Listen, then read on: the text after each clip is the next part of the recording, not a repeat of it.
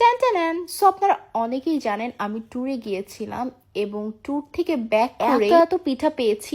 যদিও পিঠা আমার অনেক বেশি পছন্দের, আমি আগে এটা খুলে ফেলেছিলাম। এখন আমি দেখবো আসলে কি কি পিঠা আছে।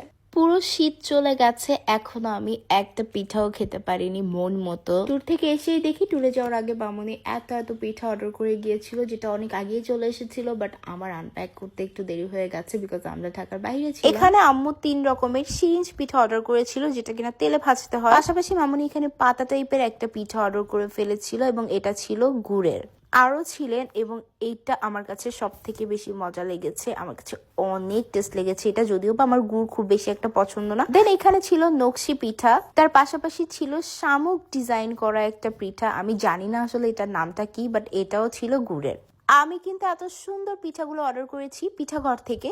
আপনারাও কিন্তু চাইলে ঢাকার যে কোনো জায়গা থেকে, বাংলাদেশের যে কোনো প্রান্ত থেকে হোম ডেলিভারি নিতে পারবেন। তাই দেরি না করে এখনই অর্ডার করে ফেলুন, আর এখন আমি খাওয়া শুরু করে দিই। বাই।